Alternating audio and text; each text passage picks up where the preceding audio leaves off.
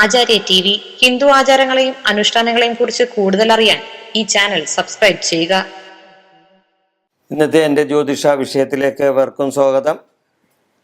ജ്യോതിഷ വിഷയം എന്ന് പറഞ്ഞാൽ നാമം ജപിക്കുമ്പോൾ എന്തിനാണ് കോട്ടുവായ വരുന്നത്? ഒരു ചോദ്യമാണ്. നാമം ജപിക്കുമ്പോൾ ചില ആൾക്കാർ നാമം ജപിക്കുമ്പോൾ ഇരുന്ന് കോട്ടുവായ ഇടുന്നതാണ്. എന്തിനാണ് നാമം ജപിക്കുമ്പോൾ കോട്ടുവായ വരുന്നത്? നാമം ജപസമയത്ത് മാത്രമല്ല, അല്ലാത്തപ്പോഴും ശരീരത്തിൽ കോട്ടുവായ വരും, ഇല്ലേ?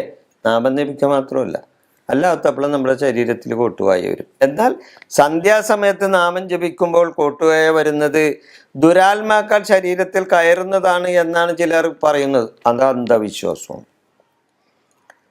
എന്നാൽ നാമം ജപിക്കുമ്പോൾ കോട്ടുവായ വരുന്നത് ഈ പല ദുരാത്മാക്കളും നമ്മുടെ ശരീരത്തിൽ കയറും. അതുകൊണ്ടാണ് നാമം ജപം ജപിക്കുമ്പോഴൊന്നും ഒരു ദുരാത്മാക്കളും ഒരു ശരീരത്തിലും കയറില്ല.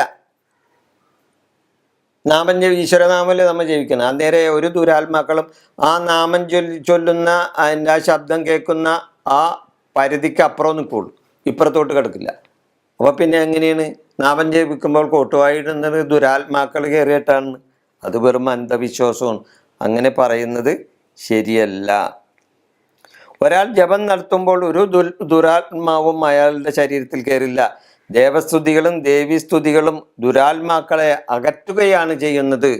അവരെ അകറ്റി നിർത്തുകയാണ് ചെയ്യുന്നത്, അല്ലാണ്ട് അവരെ ഇങ്ങോട്ട് വിളിച്ചു വരുത്തൂല. ശരീരം ക്ഷീണിപ്പിക്കുമ്പോൾ നമ്മളെ ഓർമ്മപ്പെടുത്താൻ ശരീരം കാണിക്കുന്ന ഒരു സൂചനയാണത്, ഇല്ലേ? കോട്ടുവായ എന്താണ്? നമ്മുടെ ശരീരത്തിന് ക്ഷീണം വരുമ്പോൾ നമ്മുടെ ശരീരം ക്ഷീണിച്ചിട്ടുണ്ട് കേട്ടോ എന്ന് നമ്മുടെ ശരീരം ഓർമ്മിപ്പിക്കുകയാണ്. അതാണ് കോട്ടുവായ വരുന്നത്. അതാണ് അതിൻ്റെ ശാസ്ത്രീയമായ വശം.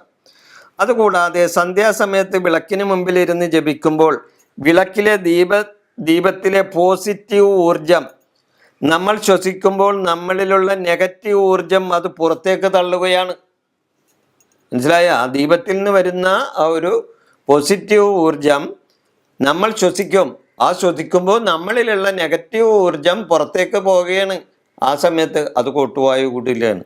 അല്ലാതെ അവിടെ ഒരു അന്ധവിശ്വാസവും പറഞ്ഞിട്ട് കാര്യമില്ല.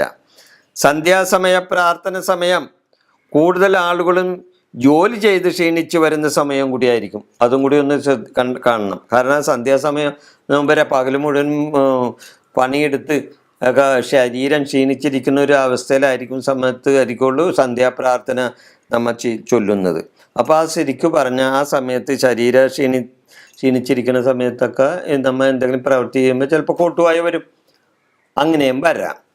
അപ്പോൾ അതുകൊണ്ട് എന്താ ചെയ്യേണ്ടത്?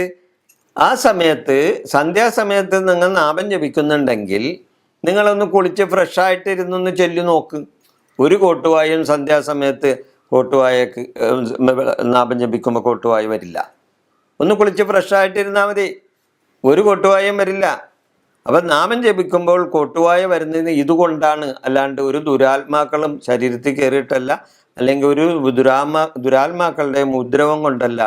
അത് അന്ധവിശ്വാസം എന്നാണ്. ഹിന്ദു ആചാരങ്ങൾ അന്ധവിശ്വാസത്തിലല്ല അടിസ്ഥാനമായിട്ടുള്ളത്, ദൈവവിശ്വാസത്തിലാണ് ഹിന്ദു ആചാരങ്ങൾ അടിസ്ഥാനപ്പെടുത്തി ആചാര്യന്മാർ നമ്മൾക്ക് പറഞ്ഞു തന്നിട്ടുള്ളത്. അല്ലാതെ അന്ധവിശ്വാസത്തിൽ ആചാര്യന്മാരൊരു കാര്യവും നമുക്ക് പറഞ്ഞു തന്നിട്ടില്ല.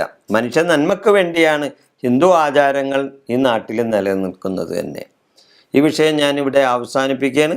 നിങ്ങൾക്ക് എൻ്റെ നന്ദി, നമസ്കാരം. നിങ്ങൾക്ക് എന്ത് വിഷയത്തിനും എന്നെ വിളിക്കാവുന്നതാണ്.